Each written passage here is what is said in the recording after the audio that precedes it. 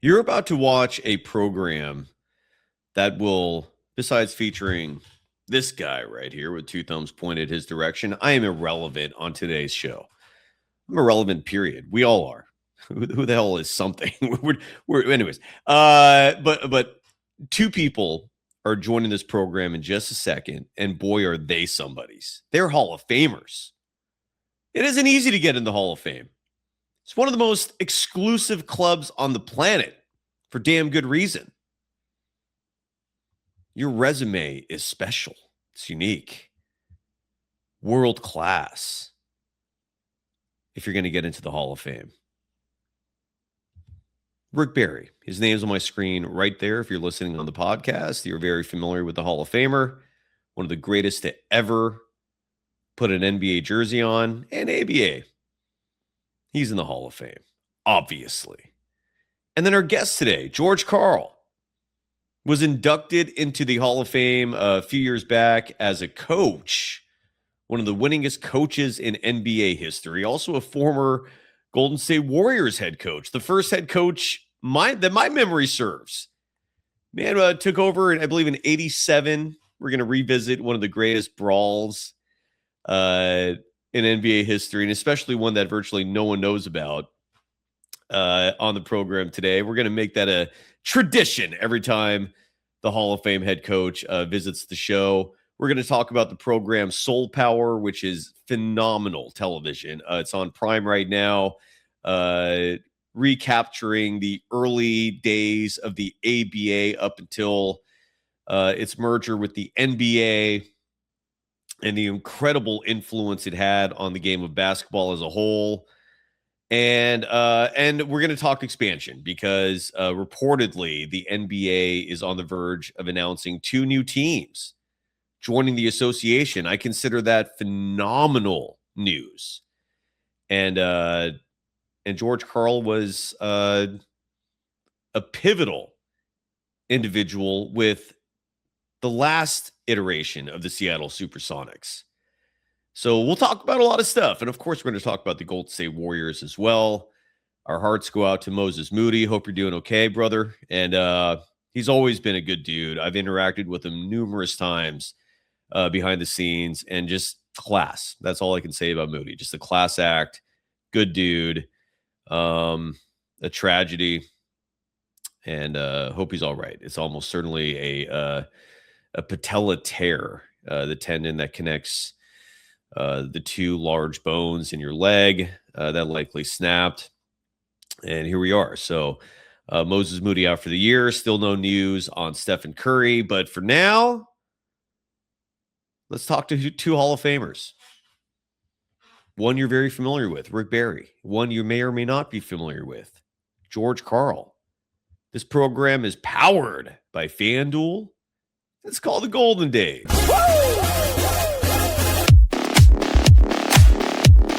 Hey now. Hey now. Hey now. Let's go.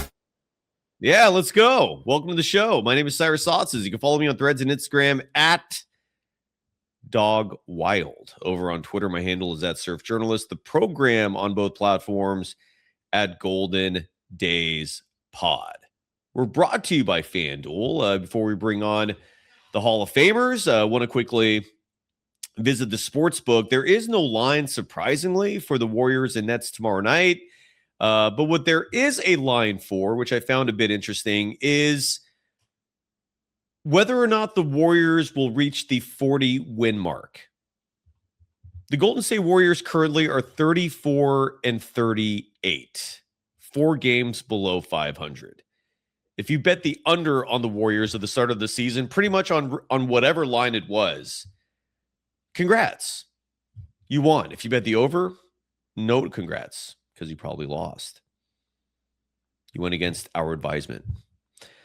But what you can bet on, courtesy of FanDuel, is whether or not the Warriors will reach the 40-win mark. The odds for that, minus 144. And you can unfortunately bet on them not reaching the 40-win mark. But if you feel confident in your Warriors winning 6 of the last 10 games that they have on the schedule, put your money down. I just got a nasty email from someone questioning my fandom because I told a listener on last night's show that I would happily bet everything I own against whatever he wants to put up on the Warriors not getting out of the first round of the playoffs. They're not beating the OKC Thunder. That's absurd. And of course, as usual, I get a nasty ass anonymous message full of personal attacks. But this is my message to that clown. If you're such a good Warriors fan, put your money where your mouth is.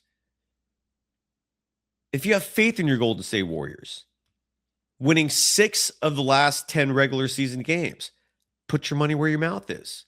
Minus 144 isn't great. It's not terrible either. You're getting a good chunk of your money back.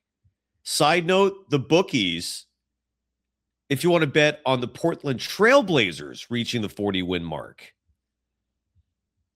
minus 670. Not good odds. It also goes to show that the bookies think Portland will likely finish with a better record than the Golden State Warriors for play-in seedings. And the fact is that the FanDuel sportsbook has the Warriors minus 144 to win 6 of their last 10, which would give them 40 wins on the season. Begs the question, well, who are they going to play the final 10 games? It's crazy that's how many games are left in the season, yet here we are. Here are the 10 games remaining for the Warriors before we welcome Rick Barry and George Karl. They're going to host the Brooklyn Nets tomorrow. They're going to host the Washington Wizards Friday night. Those are potentially 2 of the 6 wins right there. The Warriors are at Denver Sunday. Not a win. The Warriors host the Spurs on April 1st. Probably not a win. The Warriors host the Cleveland Cavaliers Tuesday, April 2nd. I'm going to say probably not a win, but who knows? But I'm going to lean not a win. The Warriors host the Houston Rockets Sunday, April 5th.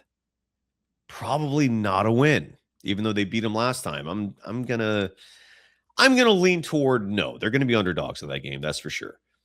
Tuesday, April 7th, the Warriors host the Sacramento Kings. Win. That's 3. Maybe. But the Warriors will likely be favorites in that one. The Warriors will host the LA Lakers on Thursday, April 9th. Not a win. The Warriors will travel to the Sacramento Kings on Friday, April 10th. Maybe a win. That's 4. And the Warriors finish the season Sunday, April 12th at the LA Clippers. Not a win. So based on the final 10 games, my prediction is the Warriors will only be favored in 4 of those 10. If you think they're wrong, put your money on where your mouth is. Minus 144 for the Warriors to reach the 40-win mark. The Warriors almost certainly are going to finish the season below 500. It's that kind of year. But again, if you want to have some gambling fun, FanDuel's got you covered. If you want a program with multiple NBA Hall of Famers, we've got you covered. Let's get George and Rick on the show. Let's do this here on Golden Daze. An absolute pleasure. I don't know what I can't be speechless because that would kill the show. But I'm almost speechless at the fact that I'm joined by not one but 2 NBA Hall of Famers. Unbelievable. And 2 legends, not just of the NBA, but the ABA. And we're here for 2 primary reasons. One, to promote Soul Power, which has been on Amazon Prime for approximately a month, give or change. I'm smitten by that show. And George Karl and Rick Barry are both stars of it. George was the primary force behind producing this thing. And Rick, meanwhile, is going to be part of another documentary that hopefully comes out soon about the 1975 Golden State Warriors and their 50th anniversary, which just passed about a year or so ago. And the Seattle Supersonics expansion news. I just look, George, you and I were speaking before we started recording, and you mentioned how oftentimes politics plays a role in when this news is announced.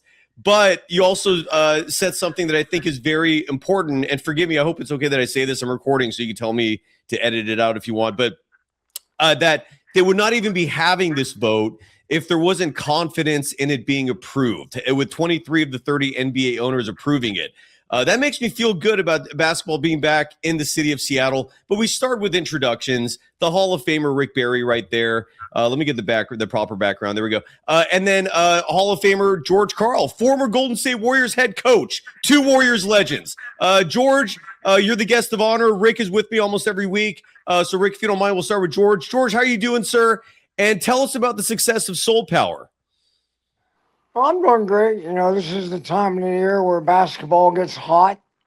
We have the NCAA was great last week. It's going to be good the rest of the way. The NBA championship's going to happen. And I think the regular season has been kind of a roller coaster, but I think the playoffs are going to be really, really good. Soul Power, I can't say anything except I'm really happy with the result. It's been 5 years. We put 5 years into putting it together. We've been waiting for it to come out for almost over 2.5 years, and I can't deny that the guy, our director, did a great job. The execution of it, even though I wish it was 2 years ago, I think Amazon has done a good job of publicizing it. And I'll be honest with you, I think it's better than I thought it was.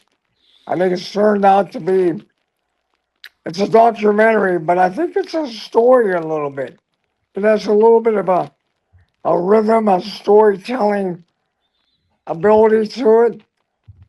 And I think we got out what we wanted to say, that the ABA has been denied and it's kind of glory a little bit. And the ABA, the way the game is played today was very ABA oriented. And I'm glad that so many guys that are Rick and my age are hanging on. That are getting a little bit of love. I mean, I think the first comment I get is I didn't know that. When people tell me about the movie, they go, "I didn't know that." Well, I didn't know that, and I think that's pretty cool. That we're kind of giving history of the game of basketball to the public, and I think they're liking it. One thing, Rick undersold his role in this. Rick did not tell me how much he'd be featured right off the bat, because usually episode 1 is the most viewed. And Rick, you're the star of the first part of this docuseries. Rick, are you getting feedback from a lot of eyeballs being replaced on you, or maybe placed on you for the first time?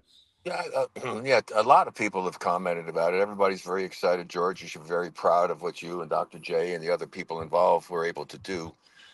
They say the best things in life are worth waiting for, and it took a while to get this put together, but you better to take the time and get it right than to rush it out there and not do it justice. And I think that the story does justice to the league and what happened. And to be honest with you, there's not as much craziness in as there could have been with what went on and what I lived through.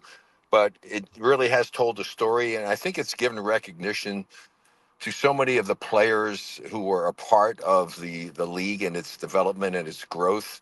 I just still remember the thing that stuck out in my mind when I had a radio show guest I was for Marv Albert back in New York, and he was just putting down the league, and I got so upset with him. I said, look, all you are is a broadcaster. You don't play the game. You've never been involved in it. All I'm telling you right now, Marv, is that there are a lot of really, really outstanding basketball players that never would have gotten the chance if it had not been for the ABA coming into existence. And I think the telling part about it is that after the merger, the first All-Star game, I think half the players, if I'm not mistaken, were ABA guys.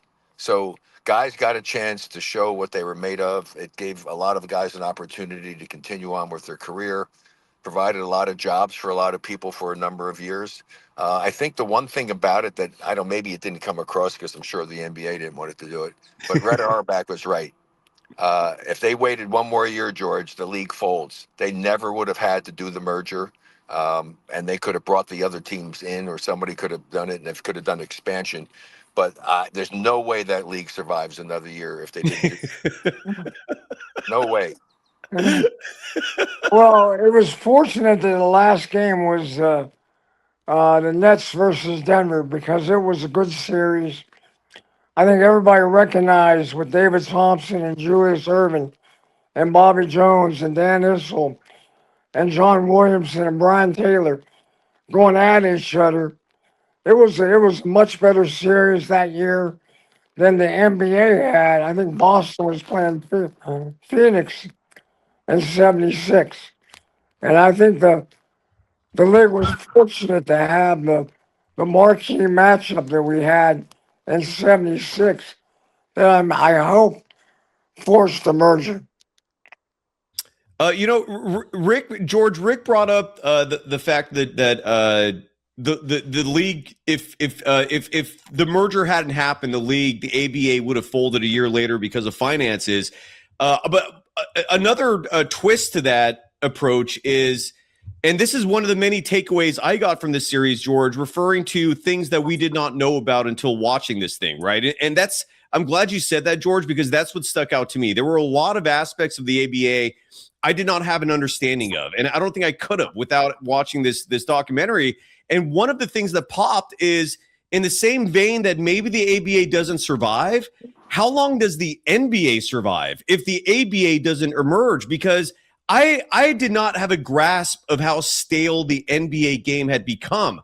I also, Rick, I know you've said this, but it's one thing to hear it in terms of someone's words. It's another to see like a whole film made about it, where you're seeing visuals and multiple perspectives adding to it. Like, Rick, you're at the forefront, I think, of saving the NBA by jumping to the ABA as part of this ultimate cultural revolution to provide some flair to the sport, to provide some style to the sport, to make the sport fun.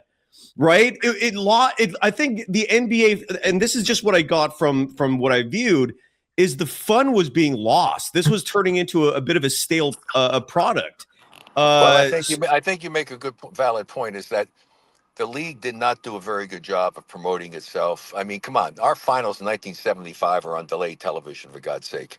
The league was really not doing much. It wasn't making money. All the teams mostly were losing money. I think the ABA, and with the marketing that they did with Karl Shear and all the other stuff, and even the All-Star weekend that they would have, they were marketing. They realized they had a market to try to be successful. And the NBA finally caught on, and David Stern brought in Rick Welch from Seattle area, and he helped with the marketing. And that's what turned it all around. You can have a great product. If you don't market it properly, it's not necessarily going to be successful. And without the marketing change for the NBA, which I think the ABA brought to the table and forced them to do it, and they did bring in a lot of very exciting players to help with that. So it was a great move. And the other thing that I think that came out that most people didn't realize, boy, did they screw up, and George Mikan screwed up so bad by not offering the $1 million to Kareem Abdul-Jabbar. And if they had gotten Kareem, the whole history and the league, that would have changed everything. If Kareem came to the ABA, and I mean, and he was ready to do it, and they screwed up. They absolutely screwed up. And just like the Warriors with me, I mean, the Warriors, I wasn't going to leave. I told the Warriors, give me your best offer. They didn't give me their best offer. They allowed me to leave because I was trying to be loyal to them, and they didn't give me a good offer until after I said, no, I'm going to go to the other place. And hey, looking back at it, George, I should have been playing one side against the other. I said, okay, what's your best offer? Go back to the other one. What's your best offer? I didn't do that. As a result, I was never one of the top 20 highest paid players in basketball as a result of it, because I didn't do what everybody thought I did, that I was money hungry. I didn't do it for the money. I did it because I wasn't happy. But those are a couple of areas, I think, that, especially the Kareem thing, that I think most people had no idea how close the ABA was to getting Kareem, which would have changed everything. Incredible. Yeah, that's true. That's very true. George, Rick said some things were left out of Soul Power, which, side note, again, it's available on Amazon Prime. I know, and side note, it is crazy that it took them 2+ years to release it. Better late than never. Gives me hope, Rick, for the Warriors documentary. But George, what do you think Rick was referring to when he said some things were not included? Well, what did people miss out on? Oh, I think one thing that you could talk about is the characters that we had in the league. Oh boy. I mean, you know, we have a John Brisker, we have a Wendell Ladner, we have a Drew Kennedy. We talk a little bit about all the fighting that happened. Basically, every team kind of had a physical player that was set out there to get in the fight. Um, there are other. The one story I'll be honest with you that I feel the team of the ABA that got screwed by the documentary a little bit was the Utah Jazz. Utah Jazz with Jimmy Jones and Willie Wise and Selmo Beatty. They were a hell of a basketball team. And they did not get a lot of love in the movie. The Kentucky Colonels probably didn't get a lot of love. We decided to tell the story about the women running the program rather than the great program that was there. Because the year Hubie Brown won the championship, I think that was in '75, Rick, when you guys won. Hubie thought that they could beat Golden State. And, you know, they supposedly made an offer to play a one-game championship that they say Golden State turned down. I don't know if any of that's true, but I think it probably was. Uh, but the Colonels were good. The other stories was, you know, just the osmosis of how the game got played faster because of the three-point shot. How the game, I also thought the game when the ABA opened up, we opened up the opportunity to a lot of coaches to get their opportunity. Guys like Bob Leonard, like Kevin Lockery, Bob Bass. You know, these were guys that weren't very good, weren't going to get into the NBA. So not only did the players get an opportunity, but I think coaches got the opportunity. And, you know, they proved themselves. Larry Brown, Hall of Famer, started in the NBA. Hubie Brown, first head coaching job in the ABA. I think Kevin Locklear's first coaching job in the ABA. So there's a lot of generation success caused by ABA, both players and coaches. Rick, Yeah. anything missing from your perspective that George missed? Well, I'll tell you, well, he was right about Utah. Utah had a hell of a team. I mean, Zelmo Beatty was one of the better centers in the league in the NBA. Willie Wise was one of the best small forwards in the game of basketball, one of the best defenders, one of the toughest defenders I ever played against, and a hell of a player offensively as well. I mean, yeah, that was a really good team, and they didn't get much recognition, small market, and all the other stuff going along with it. And of course, the Colonels had great players. They had one of the great centers, which to me, it's still a shocker to me that Artis Gilmore had to wait until they formed an ABA committee in the Hall of Fame to get in the Hall of Fame. What a joke. I mean, this guy was one of the great centers ever. He's a 2020 guy in college. He was incredible. He was the best center in the ABA. And people just remember him when he was bigger and slower and wasn't the same player when he played with the Chicago Bulls. But Artis was unbelievable. I mean, I don't know about you, George. I never saw anybody blocking guys' jump shots from the baseline. I mean, and they kept calling goaltending because I know the official was saying, well, there's no way in hell he can possibly be blocking that and not be goaltending. But he was. I have a picture that I carry in my phone that I show to people when I tell them about it back when he was in college. It's Artis going up and making a block. His hand on the block is above the square on the backboard. Wow.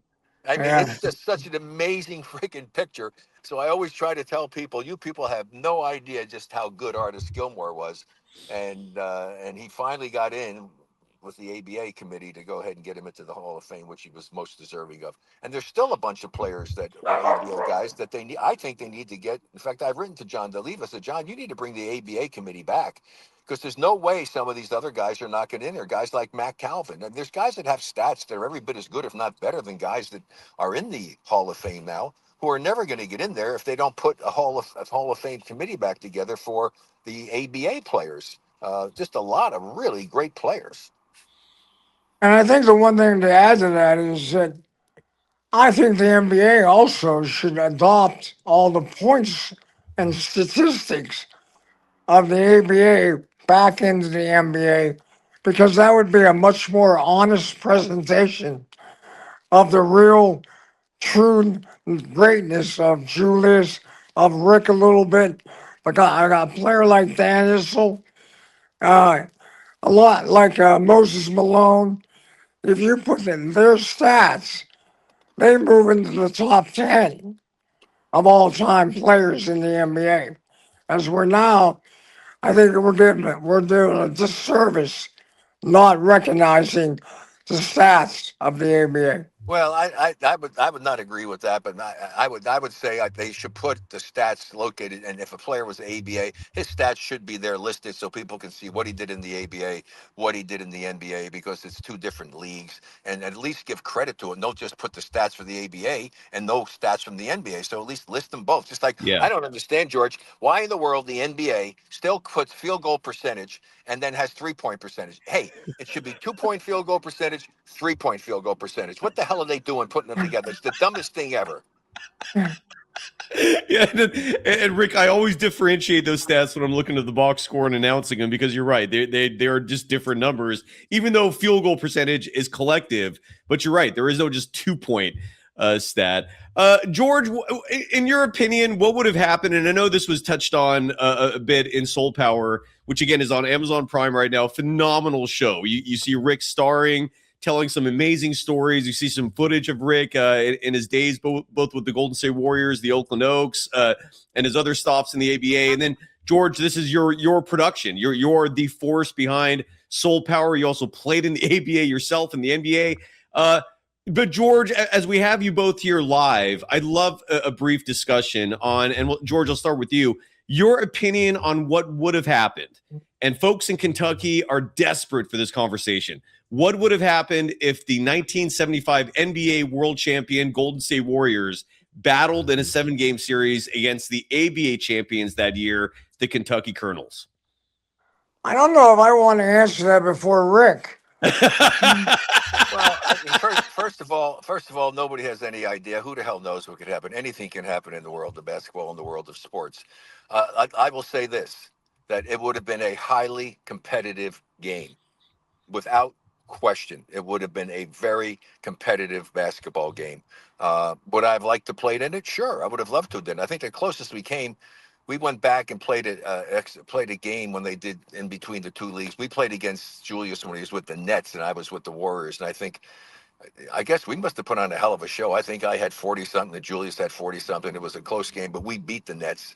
But the Colonels were a heck of a basketball team. As I said, they had a young Artis Gilmore who was just unbelievable, and and Dan Issel to go along with it, and some of the other players that they had, and yeah, that could have been fun. That would have been fun to play. But there's no way that the NBA was going to allow that to happen. I don't know whether the Warriors turned it down. I never even heard about it, to be honest with you, that it was offered.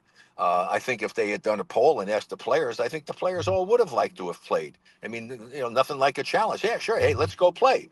And if they beat us, hey, good to them. They, good for you. You beat us. But I don't think the NBA wanted to take a chance at doing that.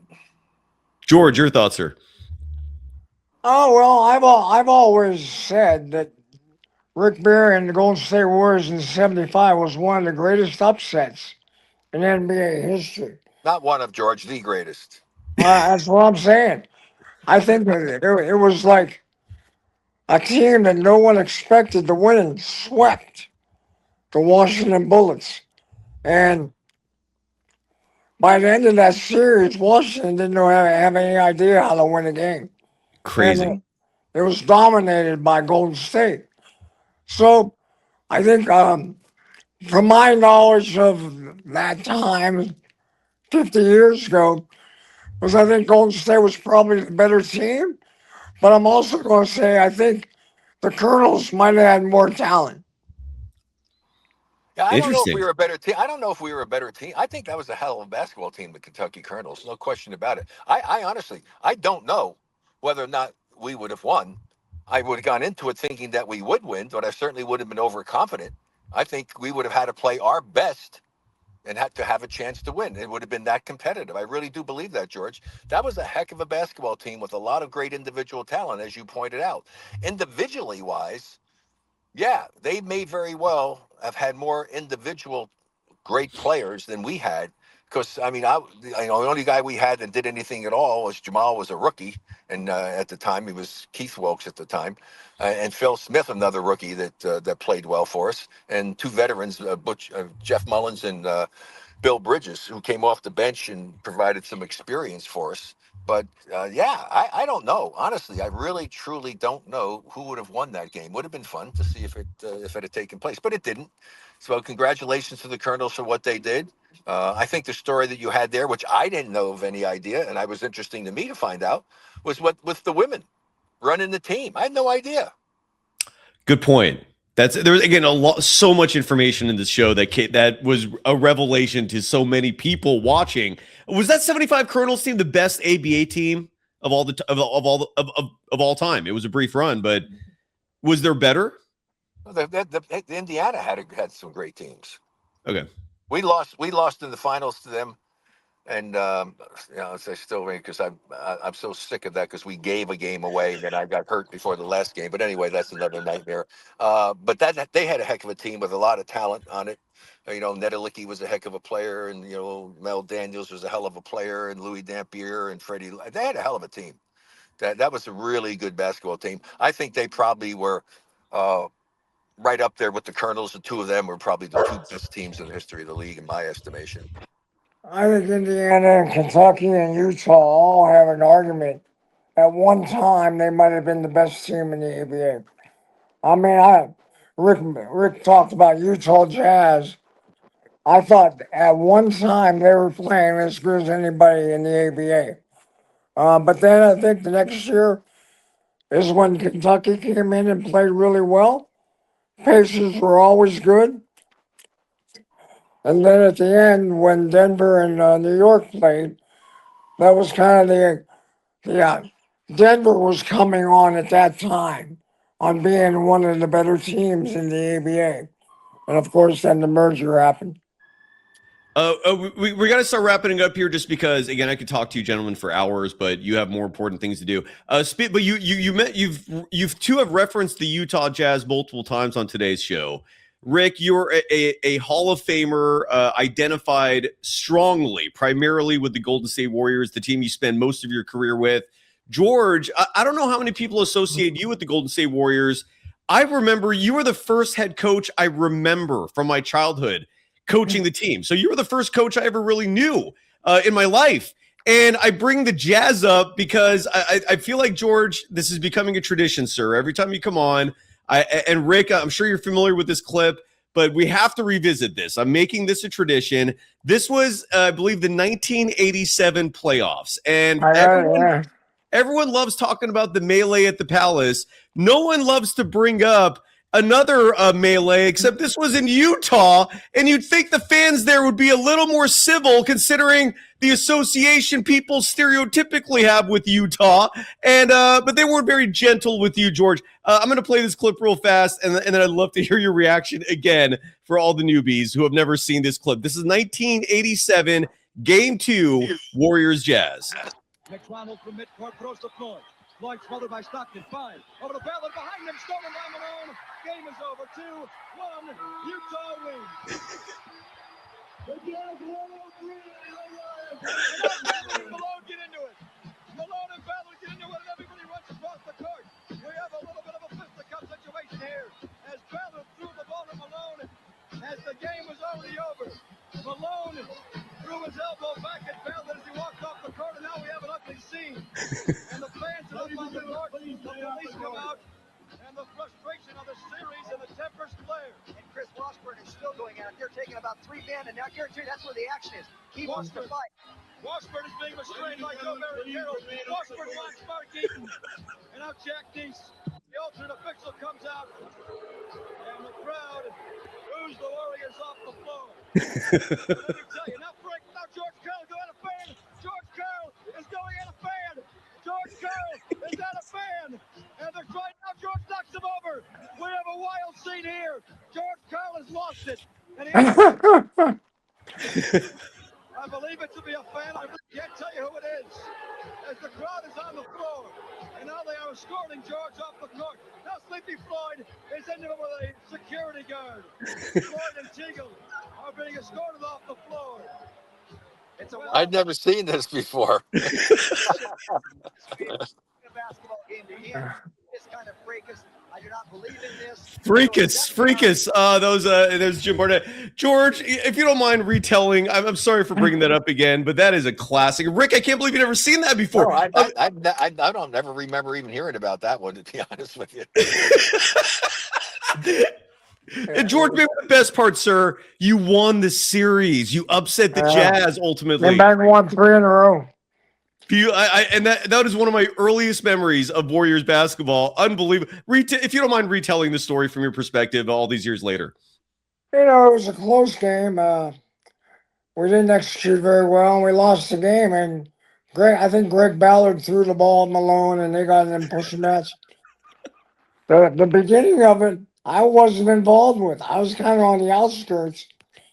And then when it was kind of breaking up, a fan hit me from behind. And Mullen and Sleepy Floyd ran after the fan. I didn't run after him. They ran after him. And I did too, but they were faster and better. And they got the fan pretty good, I'll be honest with you. What I remember about that was I'm walking to the locker room down 0-2, not knowing what to tell the team.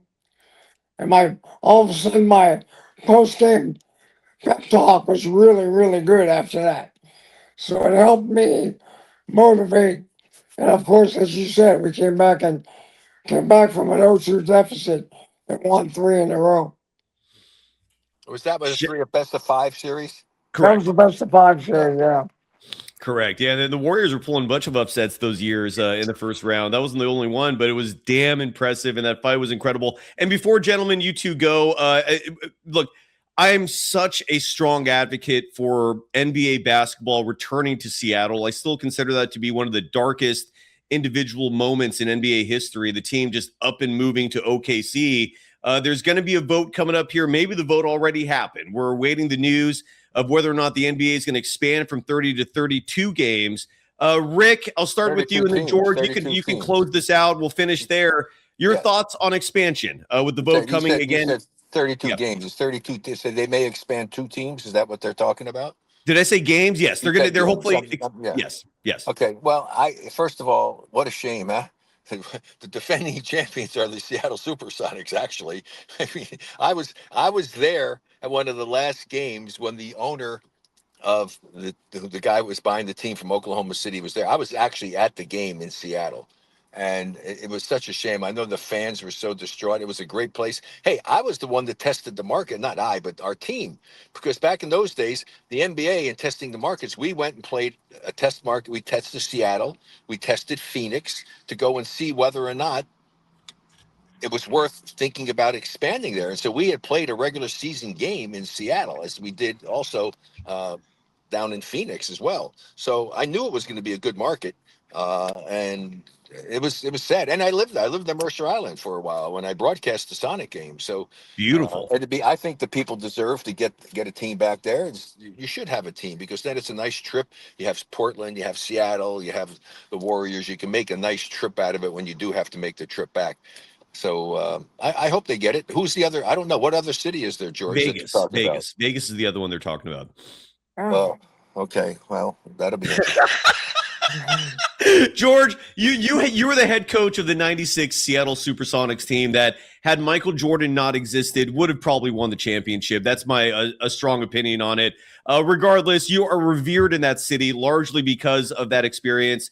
And finish up the show, sir, if you don't mind. What would it mean to you and your thoughts in general on Seattle, hopefully getting a team back? Well, I think the thing that people should realize is I don't know, it's like 16 or 17 years since Oklahoma City moved. The city of Seattle to this day, the Seattle Sonics sells more apparel than any other team in Seattle. Unreal. To this day, the Seattle Sonics are still loved by the fans of Seattle. Yes, sir. So I just really believe that I don't have any information other than it looks good.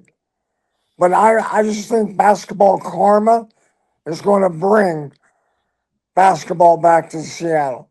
I know the fans are ready for it. I think there's ownership ready for it. And I just think that door will open up. And then in what, 2 or 3 years, we'll have basketball back in Seattle. I hope so. I hope so. Gentlemen, I don't think you two can understand how thrilling of an experience this is. Any final thoughts from you two before we I depart? got one. Yes, Rick, tell me how we get the red, white, and blue ball back in the game.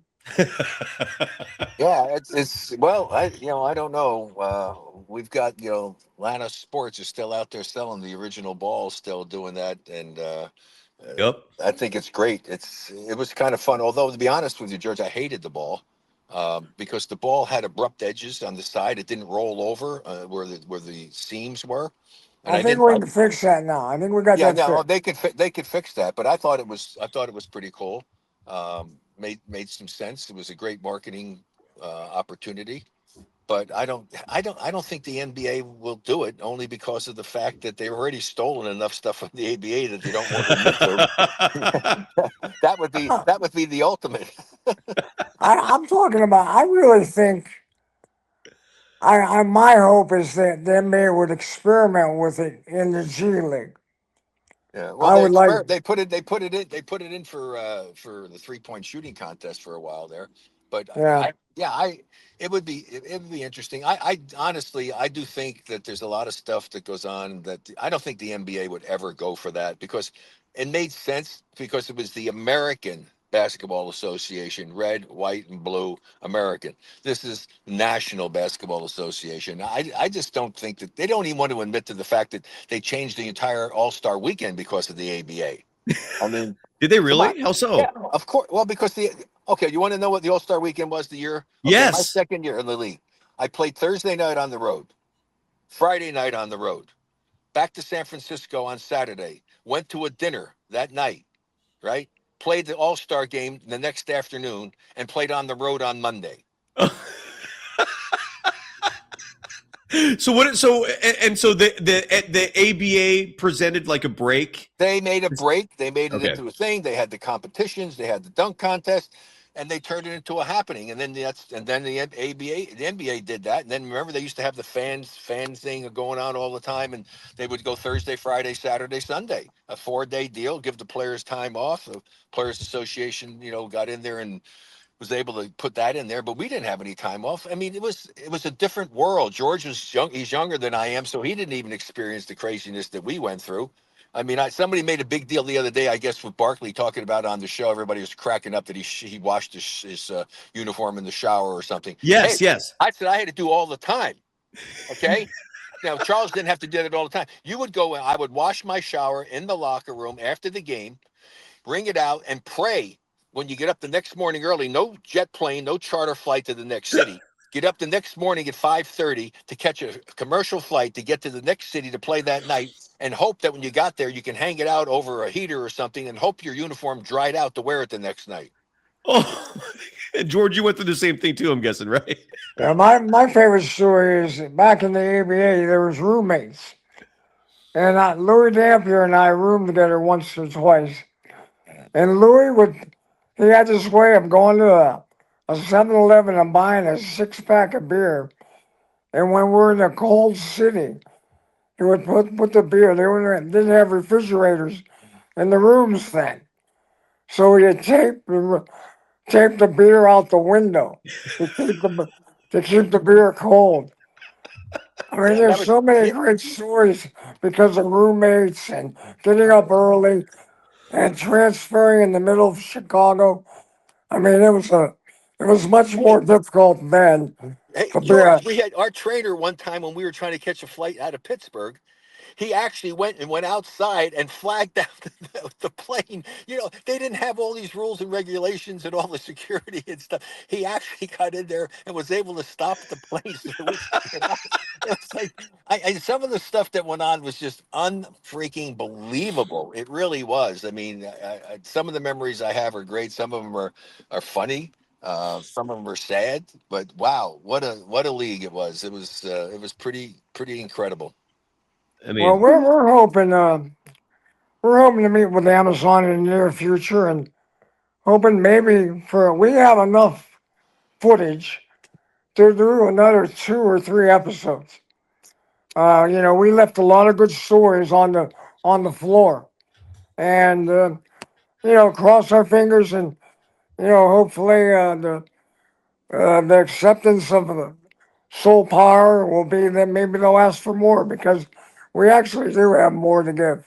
well, gentlemen, and forgive me for interjecting here, but in my opinion, I don't know why there hasn't been a movie like a fictional based on a true story type film with Rick Barry as the protagonist, with George Karl as the your documentary could be the catalyst for a lot of films. I think. I don't know if you've ever been approached Well, by I that. mean, I think I'm looking forward to the Golden State thing. I mean, I think they're great stories. Yeah, there are. I mean, as we were in the league in the '70s when, we told the story that basketball wasn't that popular. Now, basketball might be the second most popular sport in the world, Yeah. and Yes, and I think it's got. I mean, there are a lot of stories that made that happen, and hopefully, a lot of people will tell them. hope so too. Thank you Yeah, so much, you two. I think you're right. I think it is second to soccer. Yeah. It's Oh, second to globally, soccer. yeah. But in the '70s, '60s, when I was there and everything, it was no big deal. The ratings weren't good. The teams are losing money. It was a different world. The owners totally and completely owned the players. And then with me, challenging the reserve clause and changing that changed everything as far as the money goes. And then Spencer, of course, came along with the early entry, so that changed things again. To the good and to the bad. I mean, I don't think a lot of these players that come out are not. Most of them aren't ready. For all the guys you hear about that have this great success coming out early, there's a whole bunch of them that should have stayed in school and try to improve their game and get an education, because it didn't work out all that well for them. But it's still a great sport when it's played the right way. It's an amazing game. Unfortunately, it's not always played the right way, and it's interesting to watch. And George, you having been a coach, when are coaches going to realize that in any game you're playing with a 3-point shot and you've got 8 seconds or less left in the game, you always freaking foul? Oh my God. How many times do you have to see a 3-point shot? Kentucky should have been eliminated by Santa Clara. All they had to do was foul the guy when they brought the ball inbounds, and that game was over, and Kentucky was history. Well, I think we've lived that now for about 25 years. That we always. I mean, I know most coaches say they want to foul, but to be honest with you, most of the time they don't foul. Yeah, it doesn't make any sense whatsoever. I'll Yeah. take my chances. The guy has to make the first one, intentionally miss the second. You have to get the rebound and score to tie it. I'll take that chance any day over a guy making a 3-point shot. Absolutely. It's logic. It's logical. People can follow Coach Hall of Famer, Coach George Karl, on Twitter at George Karl 22. Is that correct? Yeah.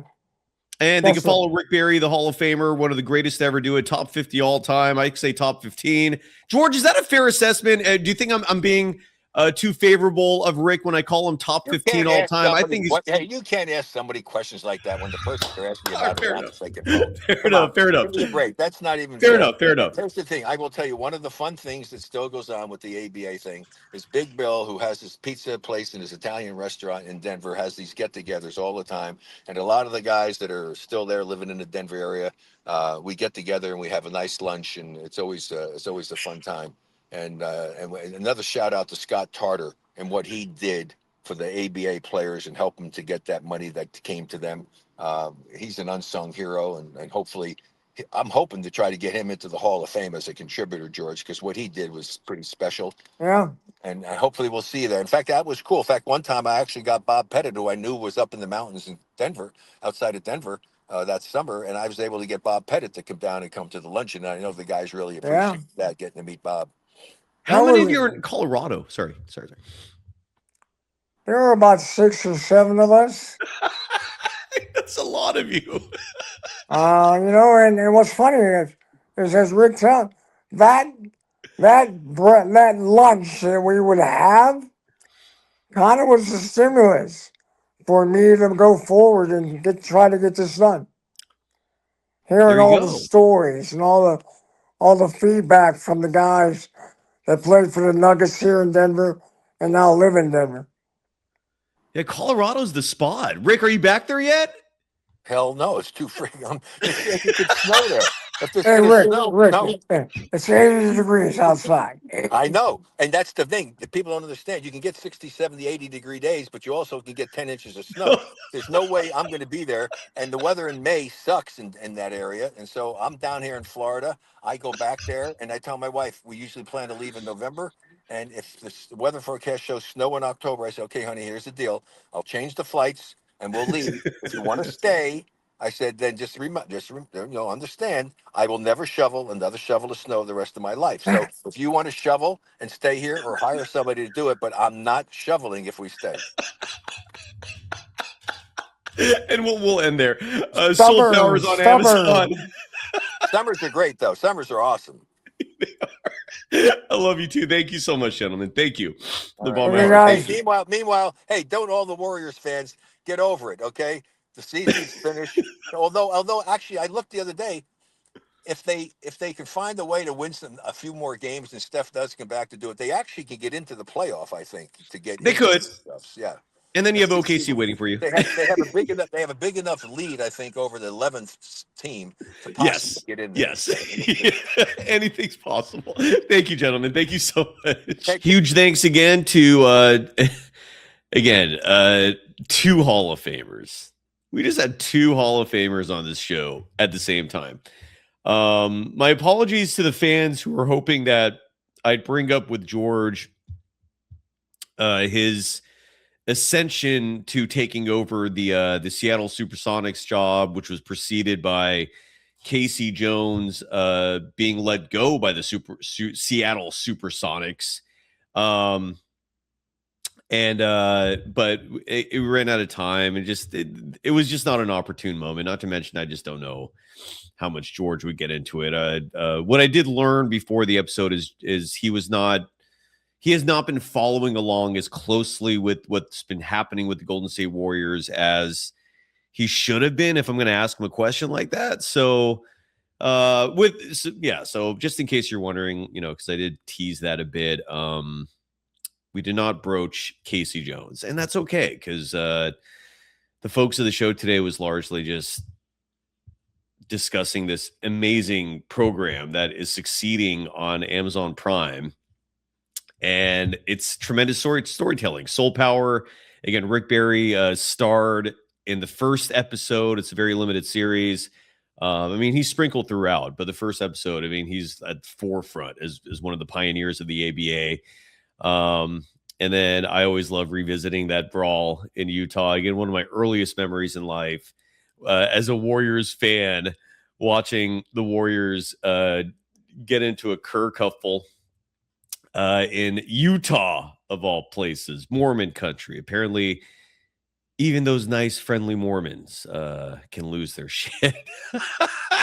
Sports fandom at its finest. Anyways, we're back tomorrow night or tonight, depending on when you're watching this. Warriors Nets post game.